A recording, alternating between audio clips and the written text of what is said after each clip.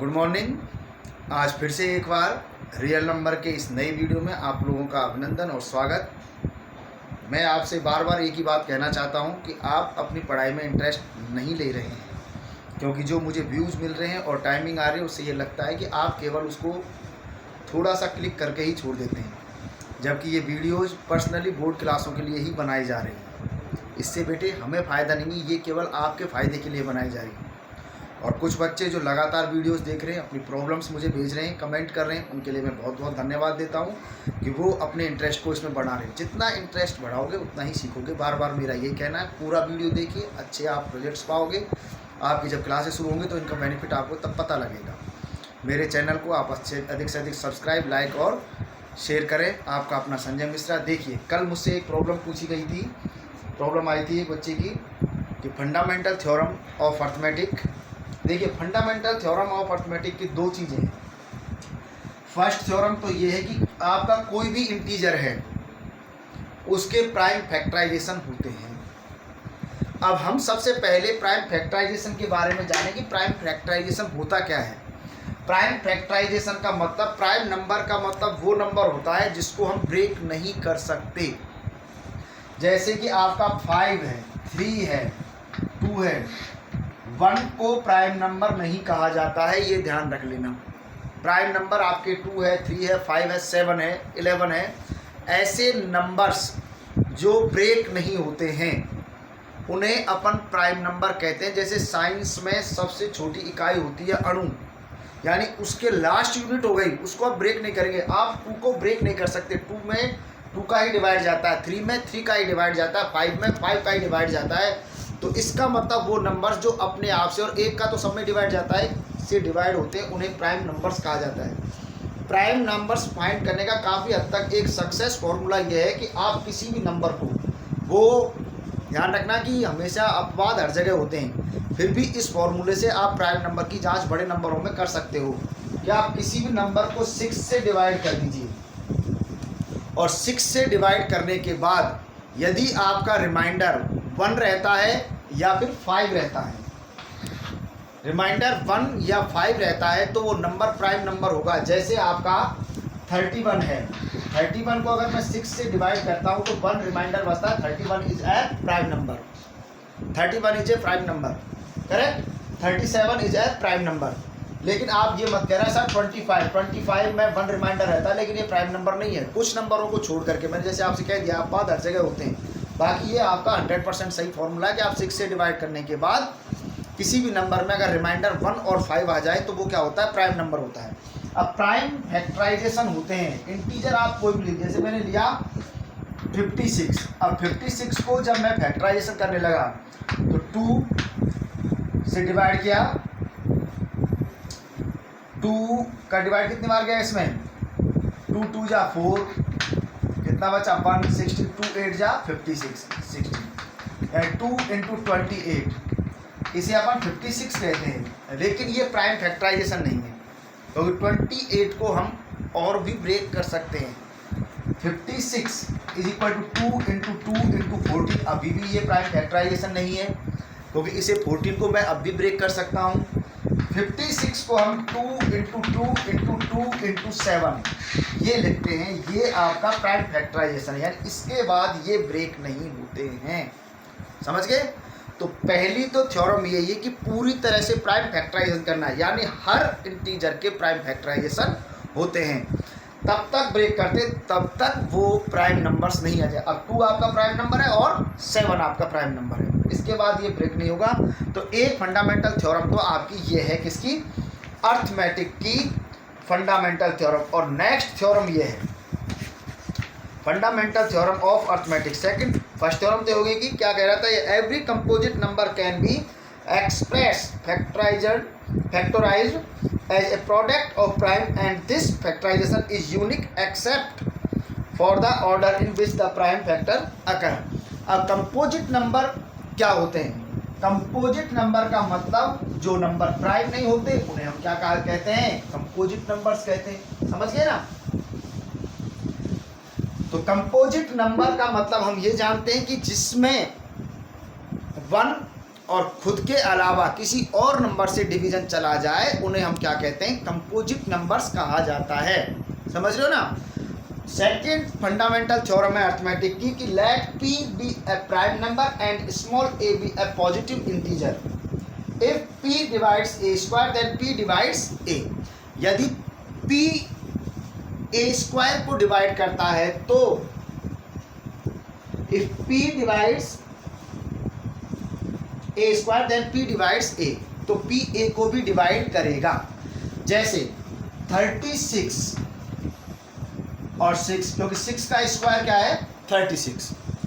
अब 36 के, मैं एग्जांपल लेके समझा रहा हूँ, ढंग से समझना। 36 के जो प्राइम फैक्टराइजेशन है 2 है, 3 है और 3 3 जा 9, 9 2 जा 18 और 18 2 जा 36। यहाँ पर 2 फैक्टराइज प्राइम नंबर से, एक तो 2 आ रहा है और एक क्या आ रहा है 3 आ रहा है। प्राइम ए लिखा है इसमें हिसाब साहब कि p A prime number and a is a integer. आप ऐसा मत करना कि साहब 4 से 30 से, 4 is not a prime number, समझ गए ना। 6 is not a prime number, 9 is not a prime number, समझ रहे हो ना। कि यदि p आपका एक प्राइम नंबर है तो प्राइम नंबर यहाँ पर 2 ही है, एक तो 2 है और एक 3 है।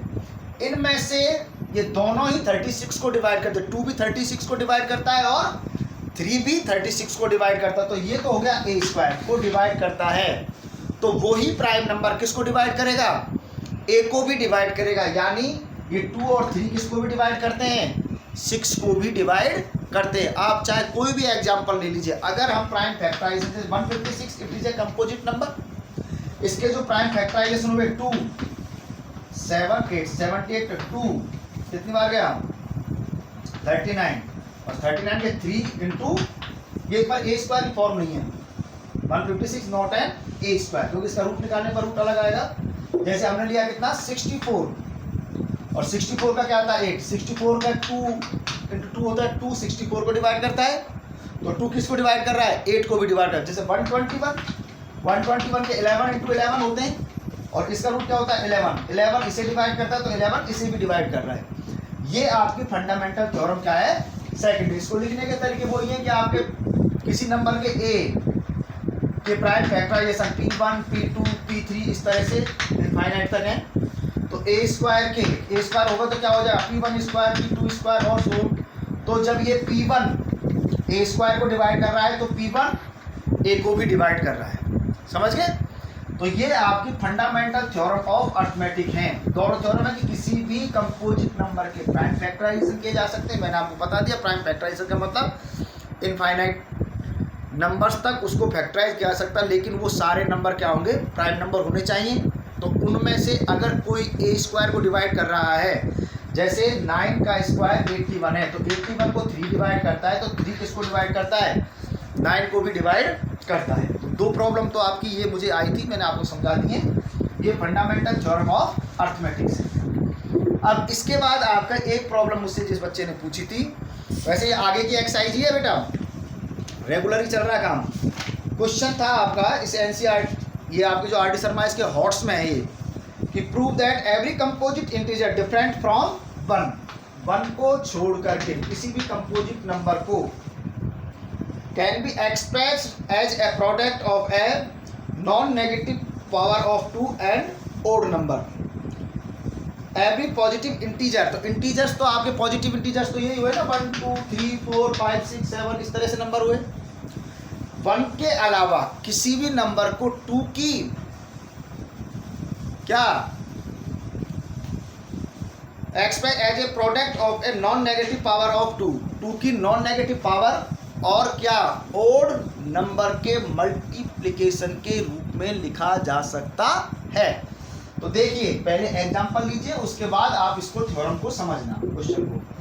देखिए बेटे पॉजिटिव इंटीजर्स, यदि हम इंटीजर्स को लें पॉजिटिव को 1 2 3 4 5 6 7 इनफाइनाइट तक, तो इनमें आप एक चीज अच्छी तरह से जज कर रहे हो कि ये 2 ही तरह के नंबर्स हैं, या तो ये इवन हैं 2 4 6 और या फिर ये क्या है ऑड है 1 3 5। ऑड और इवन इंटीजर्स को मिला दिया जाए तो ये सारे इन सबको मिला दो एक जगह, तो ये पॉजिटिव इंटीजर्स हो गए।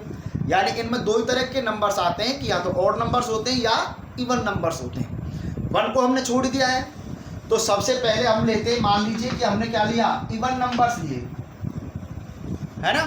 तो इवन नंबर्स लिए तो आपके इवन नंबर्स क्या होंगे, 2, इनके प्रोडक्ट 4, 6, 8 एंड सो ऑन। तो इसमें सब में से देखो 2, ये क्या होगा बेटा 2 की पावर 2, ये क्या होगा 2 इंटू 3, ये क्या होगा 2 की पावर 3, और ऐसे ही आगे आते जाएंगे। यदि इनमें से मैं कॉमन लेता हूँ, 2 कॉमन लिया, इसमें से एक 2 कॉमन आया, है ना, एक 2 यहाँ से गया तो 2 की पावर 2, आगे कितना, जैसे 2 की पावर n इंटू ऐसे आएगा। ये मल्टीप्लाई हो रहा है, सम नहीं हो रहा, ध्यान रखना। कहीं तुम इसमें कैसा 2 कॉमन ले लो, 2 नहीं आएगा, 2 की पावर 1, यहाँ से 2 की पावर 2, 2 की पावर 3, 2 की पावर 4, ऐसे 2 की पावर n, एक एक सब कॉमन आएगा 2 की पावर n तक। तो यहाँ क्या बचेंगे, यहाँ बचेगा 1 इंटू यहाँ क्या बचेगा 2 इंटू यहाँ क्या 3, यहाँ एक 2 की पावर चले गई, 2 चला गया। देखो 2 इंटू 2 इंटू 2 इंटू 2 कितना लिखते हैं इसको, 2 की पावर 4। इन सब का मल्टीप्लाई कर रहा हूँ तो मेरा 2 की पावर 1, 2 की पावर, ये 2 ऐड हो जाएगी 3, 6, ऐसे 2 की पावर n हो जाएगी, है ना, n हो जाएगी या जो भी होगी 2 की पावर n टाइम्स। इसके बाद लेकिन यहाँ से जब कॉमन निकाल, यहाँ 1 बचेगा, यहाँ कितना रहेगा 2 रहेगा, यहाँ कितना रहेगा 3 रहेगा, है ना, या फिर क्या रहेगा 4 रहेगा। इनको भी मैं ले लूँ यहाँ पे आगे 2 निकाल दूँ यहाँ से बाहर, 2 को तो निकाल सकते हो, लिख सकते हो अलग, ठीक है ना। तो 2 की तो सब पावर्स क्या हो जाएंगे आपकी, सम हो जाएंगी। इसके अलावा जो बचेंगे वो क्या बचेंगे, 1 बचेगा, 3 बचेगा, 5 बचेगा, 7 बचेगा, 9 बचेगा, ये तो बचेंगे। क्योंकि जब मल्टीप्लाई करते हैं तो सेम बेस की पावर्स का क्या हो जाता है, सम हो जाता है। और इवन नंबर किन्हें कहा जाता है, इवन नंबर हम उन्हें कहते हैं जिनमें 2 से डिवाइड हो जाता है। तो इवन नंबर ये 2 से डिवाइड होने वाले नंबर्स हैं। यदि इनको मैं फैक्टराइज करूं, प्राइम फैक्टराइजेशन करूं, तो ये तो 2 की पावर्स में होंगे ये, या फिर बचे कुचे क्या होंगे, ओड प्राइम्स होंगे। जैसे 6 है, 6 2 इंटू 3 होता है बेटा, या तो ये 2 है या फिर 8 है, 2 की पावर 4 है, वो तो इधर ही आ जाएगा 2 के साथ में, 4 की 2 की पावर 2 और 1, 2 की पावर 3 और 2 की पावर 6 और 2 की पावर 7, यानी 2 की पावर 7 इंटू क्या बचेगा, यहाँ पर 3 बचेगा, अगर मैं यहीं तक लूँ एग्जाम्पल तो, है ना। और आगे लूँगा तो और भी आ जाएगा। तो यानी अपने क्या गया, तो 2 की पावर्स अलग हो जाएंगी। इसके बाद जो प्राइम फैक्टराइजेशन बचेंगे वो क्या बचेंगे, ऑड नंबर्स बचेंगे। क्या बचेंगे, ऑड नंबर्स, क्योंकि प्राइम नंबर्स आपके अधिकतम 1 2 को छोड़ करके सारे प्राइम नंबर्स कैसे हैं, ऑड हैं। सारे नंबरों में only 2 is an even prime number, केवल 2 ही ऐसा अंक है जो कि इवन होते हुए भी प्राइम नंबर है। बाकी जितने भी इंटीजर्स हैं उनमें सारे के सारे इंटीजर ऑड प्राइम्स हैं। 2 के अलावा सारे प्राइम नंबर्स कैसे हैं, ऑड हैं। तो 2 को जब हम अलग कर देंगे यानी 2 की पावर्स का तो क्या हो जाएगा सब, क्योंकि इसके बेस 2 रहेगा तो वो तो आ जाएंगे अलग, और बचे कुछ प्राइम नंबर क्या रहेंगे आपके, ऑड नंबर्स रहेंगे। तो यही कहना चाह रहा है क्वेश्चन में कि 2 के अलावा जो नंबर्स हैं वो कैसे होंगे, प्राइम नंबर्स वो कैसे होंगे, ऑड होंगे।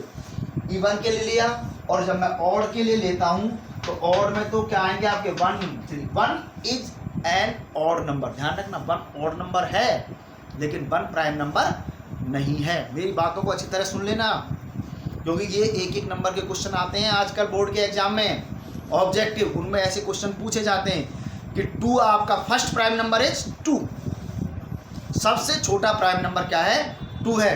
इवन प्राइम नंबर क्या है, 2 है।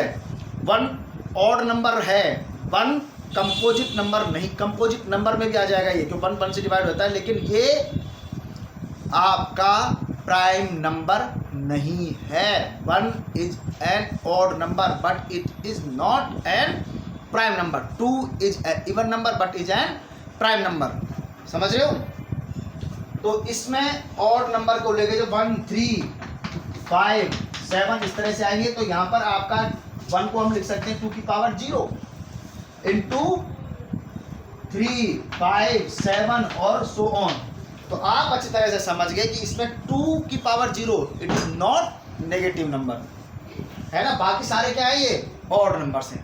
तो आपका क्वेश्चन यही था कि किसी भी पॉजिटिव इंटीजर्स को 2 की नॉन नेगेटिव पावर और किसके रूप में लिखा जाता है, और प्राइम नंबर्स के मल्टीपल के रूप में लिखा जा सकता है। ये 2 बार आपको सॉल्व किया, केसेस 2 केसेस बनाए, एक बार आपका P1 लिया या P1 P2 से लिया है और एक बार किससे लिया है बेटा, और नंबर्स ने वो भी P1 P2 से, बाकी यही समझाया गया है। मेरी बात को समझ गए होंगे आप, नहीं समझे हो तो मुझे बता देना दोबारा, मैं इसको केवल आपको समझा दूंगा।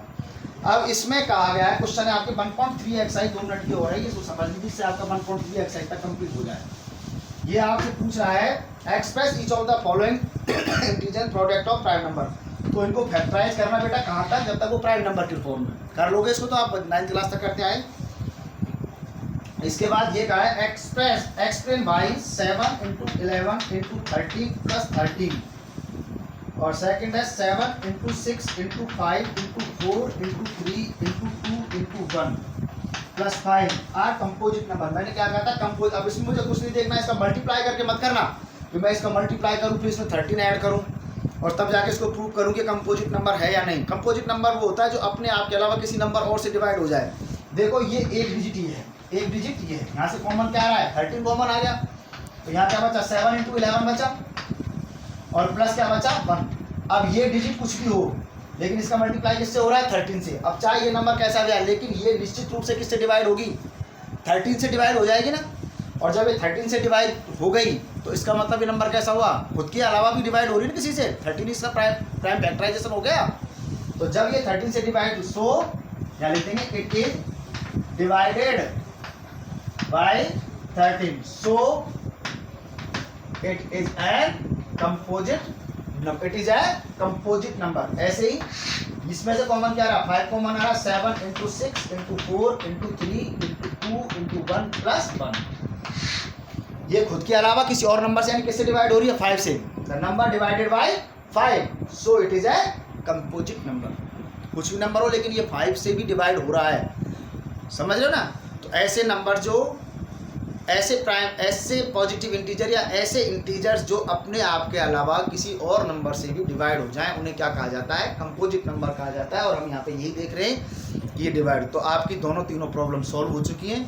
आपके लिए बहुत बहुत धन्यवाद जो मेरी वीडियो को देख रहे हैं। आगे भी देखते रहिए और अपनी प्रॉब्लम्स को मेरे साथ कमेंट बॉक्स में डाल करके शेयर करते रहिए, जिससे मैं उनका समाधान करूँ और मुझे लगता रहे कि आप मेरी बातों को समझें। धन्यवाद, थैंक यू।